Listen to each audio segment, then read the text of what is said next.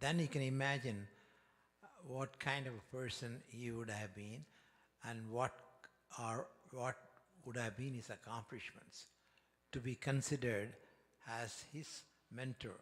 Mahaperiyava, as you know, is a great soul.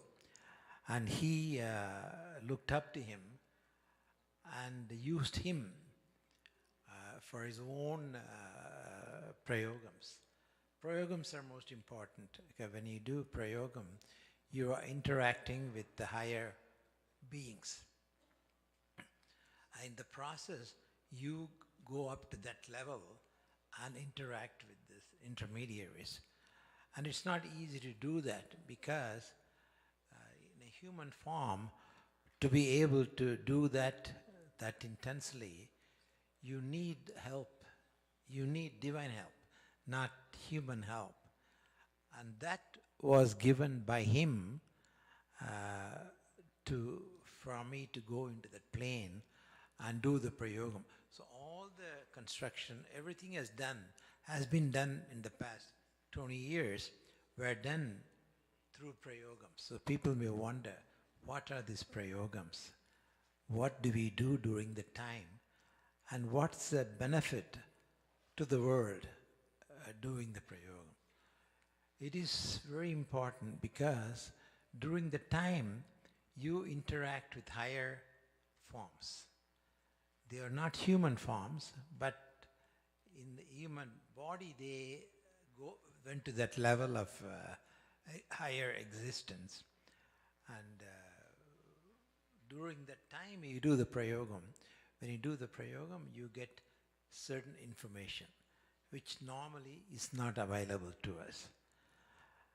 But luckily, because he has done that prayogam before for many years, almost 30, 40 years, as he was evolving in Chidambaram, he was a chief priest in Chidambaram. When he does Nataraja Abhishekam, it's a wonderful sight. The way he did it, the way he conducted it is a great sight. And many of us were fortunate to be able to observe the ritualistic aspect of Nataraja Abhishekam.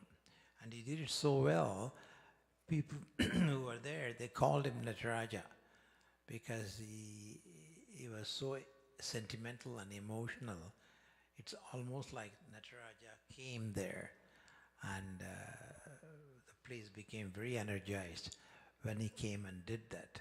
And that's the significance of that prayogam. And the Prayoga Shastra itself is very unusual because in a human form, you do not leave that form and go to the higher plane of existence.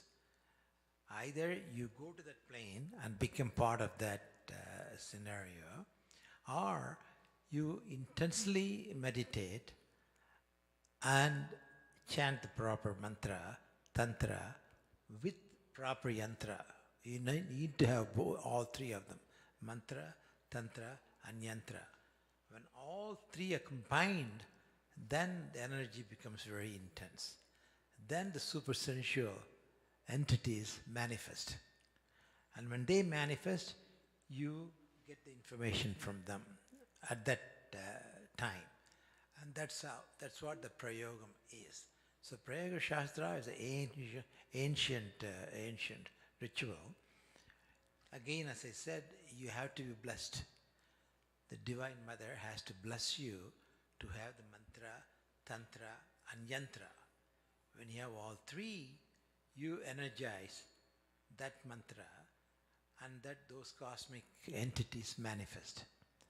And when they manifest, you go to a different plane of existence and you get higher level of knowledge, which normally is not available.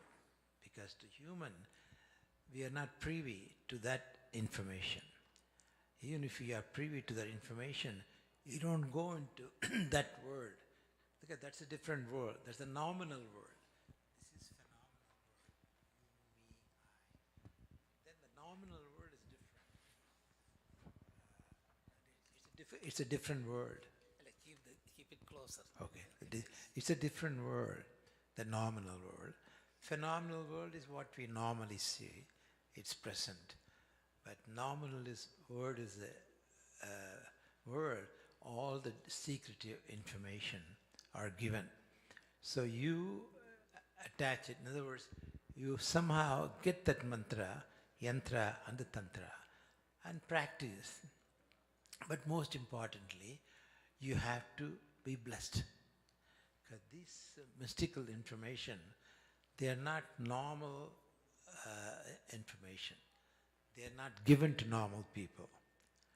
And to be able to communicate at that level, it's a different world out there.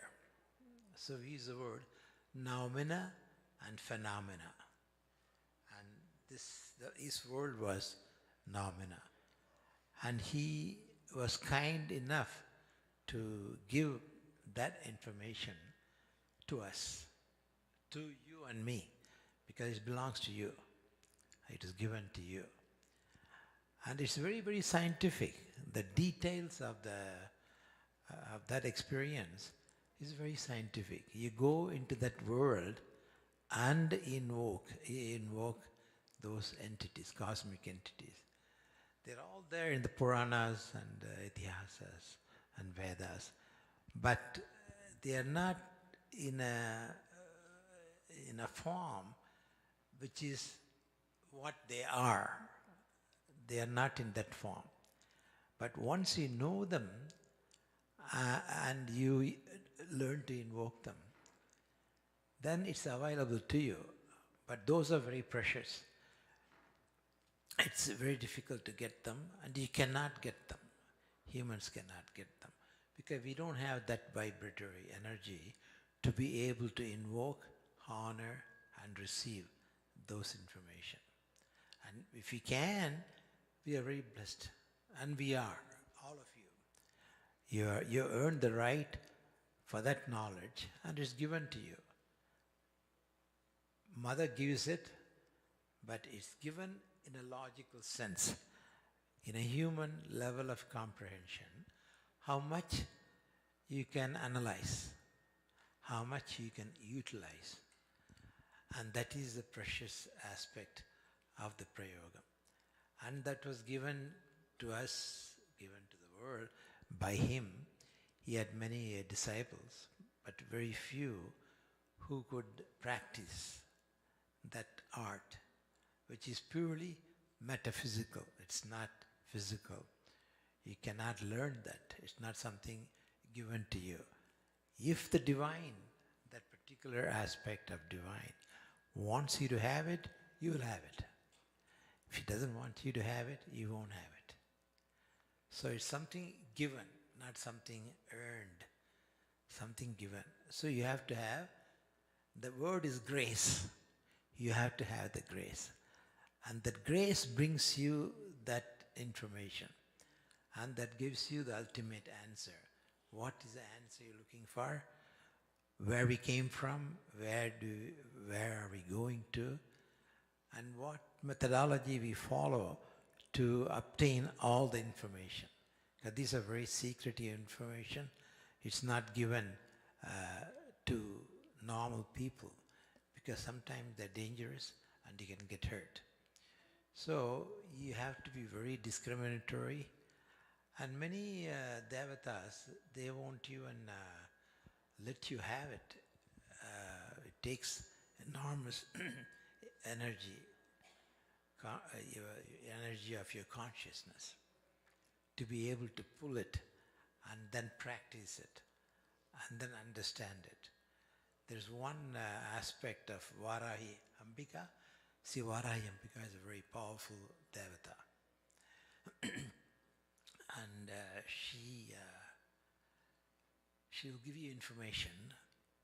Then she will tell you, don't use it, don't discuss it, don't correspond about this with anyone. The reason is, it's going to hurt you.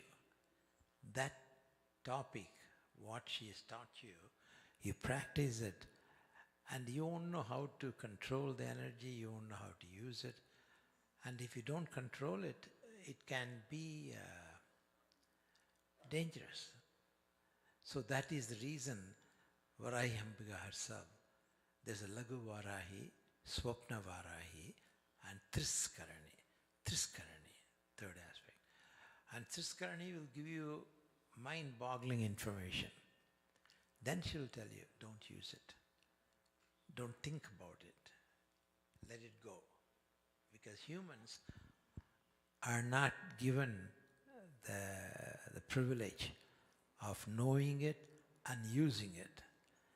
So when she says that, you listen to her. You don't try to be rebellious and try to learn it, because you're going to get hurt. The reason is the interpretation. The interpretation is so variably, you understand the wrong meaning of certain words, and then you may get hurt by that. So she will tell, don't use it. Know it and practice it, but don't use it on a daily basis. Don't make it ordinary, because these are not ordinary information. And humans are not given the right to use it in the normal life. So now coming back to Swarana Venkateshwara Dikshidhar, he's a wonderful man, brilliant man. He was a master of various arts. By the time he was 18, 20, he has become very brilliant. Again, blessed. Ultimately, unless you have the grace, you won't know it and you won't come to know this information anyway. That's the reason why I say many of the information she will give, Varayambika, but she will tell you, don't use it. Don't use it in the usual interpretation, because you will hurt yourself. And the world should not have this information. So you keep it secretive. And he is from Chidambaram, you all know it. Chidambaram, they all referred him as Nataraja, because when he does the function, Chidambaram function, it's almost like Shiva Bhagavan is there, and very, very well done and very auspicious function. And his whole family, there are many Diksha there, and he was a guru for all of them. And he was very talented. He was a wonderful artist. You can read in this book what a wonderful Carnatic musician he is. He constructed his own songs, and they were wonderful. You probably haven't heard them, many of them, but some of them we have performed here. And as time goes on, more and more of that information will come out. But ultimately it goes back to simplicity, divine and human, how we connect to divine. Because our level of comprehension is not deep enough and good enough to cover various aspects of psyche. And to be able to do that, ultimately I say it has to be the grace. Divine should want it, should want the world to know it, and she will grant it to you. And they're very complex. The system is very complex. But you would figure it out. If you're destined to know them, you will know them. And divine help would be there. So here in our temple, we do many homas. Most homas we do here. We do yantra, we use tantra, we use every methodology available to break through the barrier. Because we have a big barrier between human level of comprehension and the divine understanding. There's a big separation.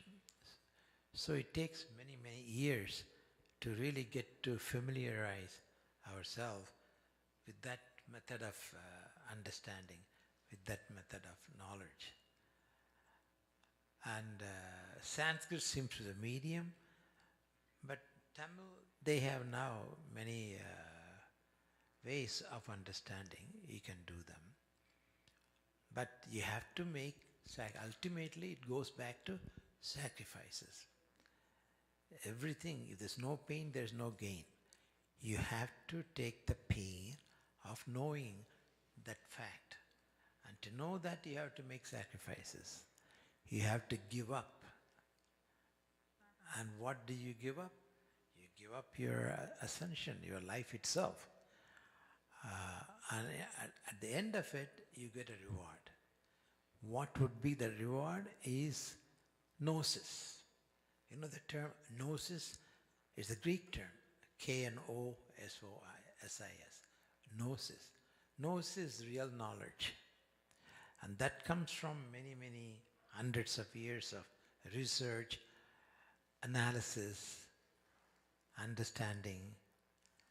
Net result would be that information you have learned. And you note it down. And you work hard on that. Please conclude because we haven't tested the How much time? sound system. No, we don't have time now. Yeah, would you please conclude, and then I will announce that you will be continuing the speech tomorrow. Okay. Okay, please. I will stop here because tomorrow is the main day of the talk about him. So I'll give all the information tomorrow. Thank you. Give him a good hand. And Dr. Kumar's speech will be continuing tomorrow at 8:30. So those who are interested, tomorrow we have the function. So after that, we will have the speech continued. Okay, please come on.